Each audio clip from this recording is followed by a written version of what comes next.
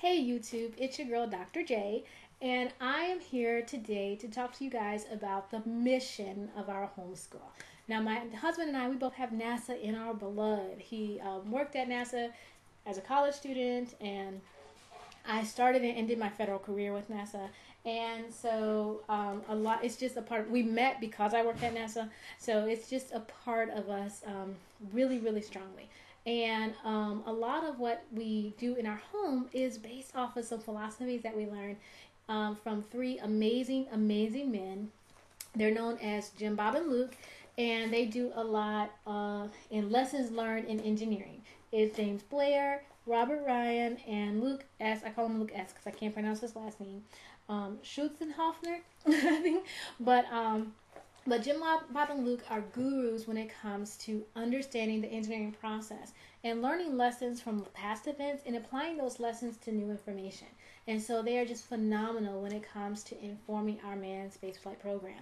And so they do a lot of work in taking those philosophies and applying them in other areas. And so in like management and stuff like that. So we took the lessons that we learned from the engineering concept and we apply those actual lessons into our homeschool. And so a lot of our homeschool is built around philosophies that drive NASA's manned spaceflight program. And so yes, our STEM-based homeschool runs deep. It's not just about, oh, we use that curriculum, but that is a curriculum that drives, that is a philosophy that drives not just curriculum choices for us, it drives our homeschooling in general. And so I'm going to show you how we apply manned spaceflight principles into our homeschool. Okay, so our mission, okay, the mission of our homeschool is to provide a world-class education here in the home. That's our mission. Now, other people have different sort of philosophies, but that's the mission for our personal household. Okay, that world-class education in the home. And so just like NASA has a very specific defined mission, we define what that means. What does it mean to have a world-class education? Well, one of the things that drives us is that, we look all over the globe for when it comes to what we're going to bring into our homeschool. That's why, one of the math programs we use is out of Australia, and one of the reading programs we use is out of the UK, and we've used some math concepts from Singapore. We got some books from Japan. So we look at the whole world and say, what can we learn? A lot of some of our engineering stuff comes from Germany. So it's just about looking all over to see what's the best in the world, and let's get that and bring that into our home. Okay, as part of our education process. So world-class education. Now that's the mission. But just like NASA prioritizes manned spaceflight, we prioritize our homeschooling. And the NASA philosophy for prioritization is first the crew, then the vehicle, then the mission. And that is our philosophy in our homeschool. First the crew. The crew is our children. Okay, so they are priority number one. And so you can never do anything in manned spaceflight that would jeopardize the life of the crew. And so we would never do anything in our homeschool that jeopardizes the life of our children. And life is not just your physical life, it's also your emotional, psychological life as well. So, we can't say, well, this is what you need for a world-class education, and we don't care if it will crush your soul and make you not want to live. You're going to do it. No, that's just, it's not right. Morally, for us, for our moral compass, it's not okay, and it's not something we would do. Just like nobody would want to work for a company who said, yeah, will you poison our employees, but hey, anything for a buck. That's not okay. And so for us, we don't say anything to make sure that you get this world-class education, even if it means that you hate your life. No. Okay, crew comes first. And you have to make sure that you are balancing the needs of the crew. So it's not just making sure that they have like food, water, and shelter, but also mental, psychological, emotional, joy, happiness, peace, all that other sort of stuff as well. And so it's not about just finding a good, high quality math program, but if it's going to be something that they hate, then that's not the math program for us. So we have to balance, yes, this is good on paper, but is it going to work for you as an individual? So that's how we prioritize, making priority number one the crew or the children. Manned space flight priority number two is the vehicle. And for us, our vehicle is our homeschool. And just like with NASA's manned space flight program, and I'm going to talk about it from the perspective of the shuttle, even though the shuttle has been retired, the shuttle was near and dear to my heart. It's what I know. And we're still working on a new vehicle, so I can't really talk about another vehicle because, there's not one to talk about. Okay. So, and most people are familiar with the shuttle. So just like the shuttle has thousands of parts that all work together, but we just call it the shuttle, that's the same thing with our household. We just call it a household, but there's also actually thousands of different parts that are associated with it. Some of those parts are relationship based. So my husband and I, our relationship, that's part of this household. Our relationship with the children as a whole individuals, our individual relationship with each child, the children's relationships with each other. Those are all a part of our household, our vehicle. And then we have the nuts and bolts, kind of the materials that we use in our homeschool, the home itself. Okay, like even though my home is a great size, there's still limits, just like with manned spaceflight, with our shuttle, for every pound you add to the shuttle in weight, like that's millions of dollars that it costs to balance it on the other side and to get it out into orbit and to get it onto its mission. And so we have to think about that. Y'all know I like to shop, but there are limits as well for that, because you have to have things, you have to have a space for things, and you have to be able to, having something and not being able to get to it or forgetting that you bought it and not ever getting a chance to utilize it, that's not really an efficient use of resources, and you're not really meeting the needs of the household at that point. For relationship, like to me, it's not a victory if my kids get a good education, but my husband and I get a divorce. That's not supporting the mission, because for us personally, our personal household and our personal mission, the vehicle needs my husband and I intact and working together in order for us to accomplish our mission. And so we can't say, okay, I'll do it without you, peace. No, that doesn't work. That's not how we are going to do our mission. So we have to make sure that those things are balanced. Me spending to the point that we have to file for bankruptcy, that's not going to support the mission. And so, because then we won't have a vehicle, we won't have a house. Okay, so we have to make sure that everything is balanced.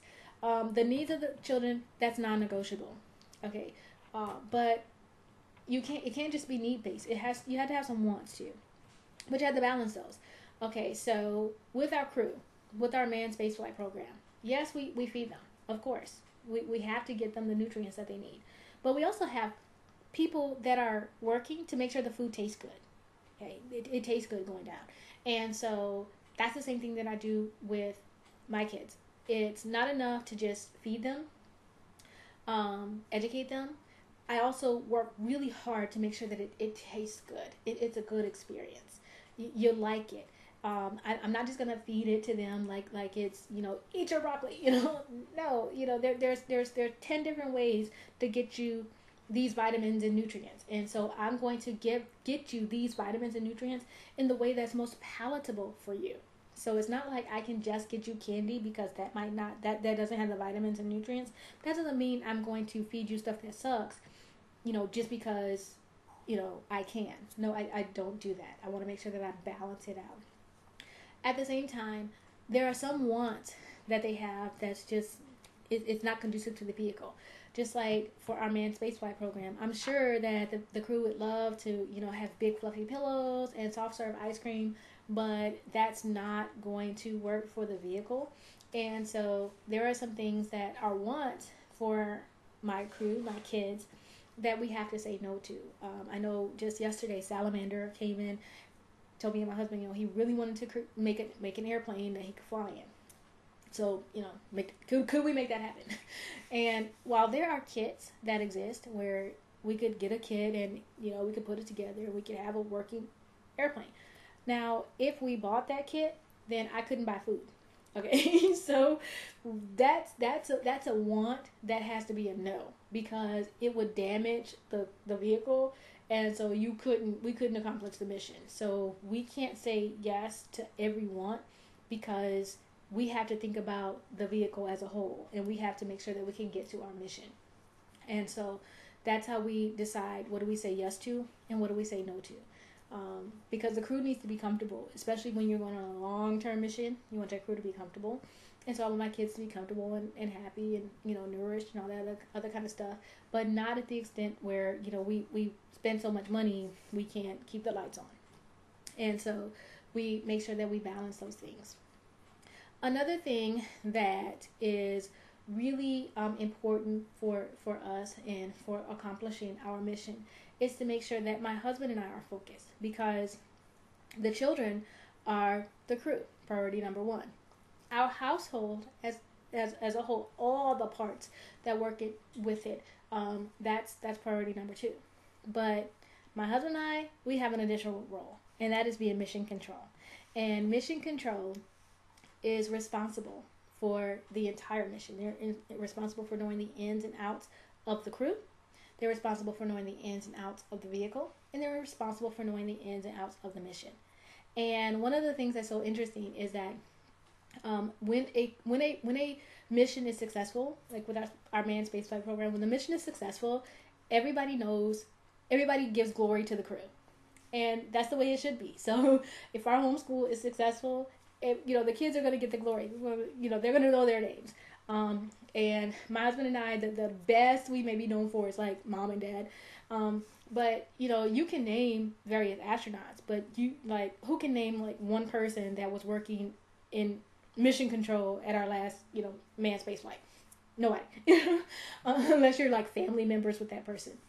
But many people can name the names of the crew members. And so that's how it is. You have to accept that this is not your glory. You have to believe in the mission. As mission control, the mission has to be what moves you. Not getting glory from it, not getting paid from it, not everybody going, woohoo, look at you, you're amazing. No, you're not going to get that. And so you got to just, if the mission's not enough for you, you'll get really kind of frustrated and burnt out, and maybe even have some unconscious sabotage and all that other kind of stuff. And so we couldn't have ego when we went into this, and so that was something that was really important to us to recognize. The flip side of that is, if there is a problem or if the mission is not accomplished, mission control gets the blame. And again, we completely support and understand that, because what happens with the mission is that the crew trusts mission control with their life.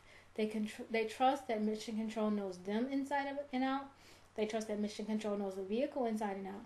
And they trust that mission control understands the mission inside and out. And they trust that mission control has thought about and mapped out and tested anything that could possibly go wrong, and they have a plan in place to mitigate risk, and also a plan in place that if something is to happen, they know what to do. The last thing an astronaut wants, if they're, in the shuttle or at the space station, is for them to say, hey, mission control, we have this problem, and mission control's like, you're on your own. I didn't even know that was possible. That's not acceptable. That's not an option, and that's not an option in our homeschool as well. So my husband and I, we understand that anything goes wrong, we get the blame, as we should.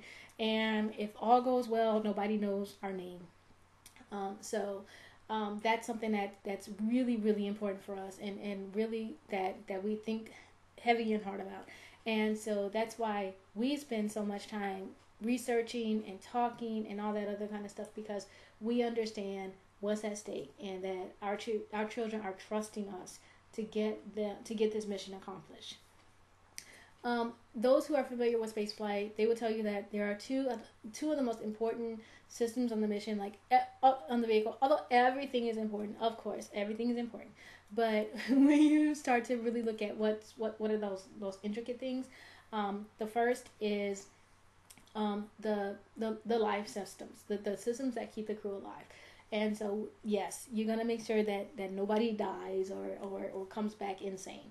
But also that second most important thing is communication. And it's important for mission control and crew to have open, honest, immediate communication. That communication chain has to be open a lot, because mission control is really kind of looking at things from the outside, and it is the crew that's really telling you what's actually going on, what's really going on in there. And so we want to make sure that those lines of communication are very, very open for us. And that's something that is a priority, making sure that we can communicate fully with each other.